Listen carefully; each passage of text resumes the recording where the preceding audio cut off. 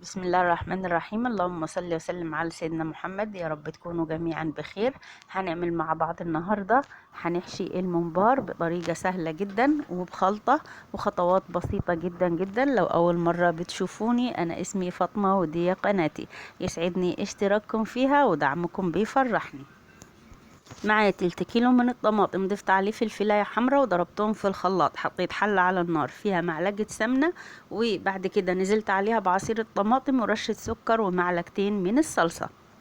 على بال الصلصة بتاعتنا ما تسبك، هنقطع الخضرة اللي معانا، كزبرة وبقدونس. لو حابة تضيفي شبت ضيفي. ولو انتي وصلتي معايا في الفيديو لحد هنا، ياريت تحطي لي لايك فضلا وليس امرا، وياريت مشاركة للفيديو مع اصحابكم علشان اكبر عدد يشوفه ويستفاد. نزلت بالخضرة اللي معايا في طبق كبير كده، وهضيف عليها بصلتين كبار مفرومين، وهنزل عليهم بحوالي 400 جرام من الرز والصلصة المتسبكة اللي معايا.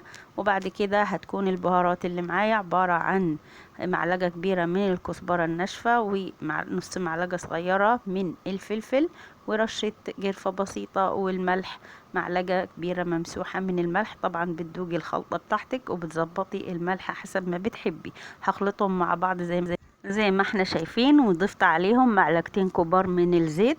الزيت بيخلي خلطة الممبار مفلفلة وطعمها حلو خالص. بعد كده هاخد جزء من الرز وهبتدي احشي كده في الممبار. بعد كده هجيب قطعة الممبار زي ما احنا شايفين، ركزوا في الحتة دي كده يا جماعة، وهبتدي احشي بصوابع ايديا الكبار كده. هزج الرز لجوه في الممبار. واهم تكاية اني لما نحشي قطعة الممبار نبططها، سواء طويلة او قصيرة، علشان ما يفرجحش مننا في الحلة احنا وبنسويه. اهو اتحشى معانا بكل سهولة، ما فيهوش صعوبة ولا حاجة. وهو عملت معاكم واحدة تانية على السريع دلوقتي، همسكه بطريقة تانية هنشوفه مع بعض. اهو شايفين كده، مسكته بصباعيني من فوق فتحة، ونزلت بالرز بالحشوة كده من فوق، كأننا بنحشي بالظبط رقبة الحمامة. ولو انتي معرفتيش تمسكي الممبار زي ما شفتي في المقطعين اللي فاتوا، هتجيبي اي رقبة جزازة عندك وتلبسيها كده في الممبار، وتحشي الرز كده، وتزجي بمسن او باي حاجة رفيعة علشان الرز ينزل معاكي بسهولة. اهو زي ما احنا شايفين.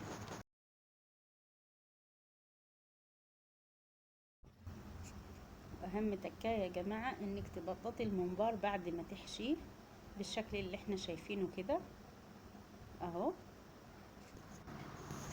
بعدين معايا حله على النار فيها ميه بتغلي، نزلت فيها بعيدان البقدونس والكزبره، وورقتين من ورق اللورة او الغار، وبصلايه وطماطمايه. وبعد كده معايا هنا الملح ورش ربع معلقه من الفلفل الاسود وفصين من الهبهان كده، مكسراهم بالهون علشان الريحه والنكهه بتاعتهم تطلع في الممبار. ونزلت بالممبار، اهم حاجه تكون الميه بتغلي عشان اول ما ننزل بالممبار كده يكفش ويمسك على الرز ما يخرجش منه. اهو شايفين شكله، بسم الله ما شاء الله. هغطيه وهسيبه على نار عالية يغلي غلوتين، وبعدين اهدي من عليه النار. اخد معايا على النار من حوالي ساعة لساعة الا ربع كده. بعدين هشيله واحطه في مصفى علشان يصفي اي شوربة فيه، منعا للطرطشة اثناء التحمير. بعد كده معايا طاسة فيها سمنة على زيت، هنحمر فيها الممبار، وهقولك على خلطة ترشيها عليه بعد ما يطلع على طول من السمنة علشان ياخد ريحة البهارات والتوابل اللي هترشيها عليه. ومعايا هنا كزبرة ونص معلقة كمون وملح وفلفل اسود، ولو حابة تضيفي شطة ضيفي. هنخلط التوابل دي كلها على بعضها ونرشها على الممبار وهو سخن، ريحتها هتطلع وهيكون طعم الممبار معانا في منتهى الجمال. ولو انتي وصلتي معايا في الفيديو لحد هنا ولو استفدتي بمعلومة، ما تنسينيش في اللايك، ولو ما اشتركتيش في القناة نوريني بالاشتراك ولايك وشير للفيديو مع اصحابكم علشان اكبر عدد يشوفوا والكل يستفاد. اشوفكم في الفيديو القادم ان شاء الله، وكل سنة وانتم طيبين. السلام عليكم.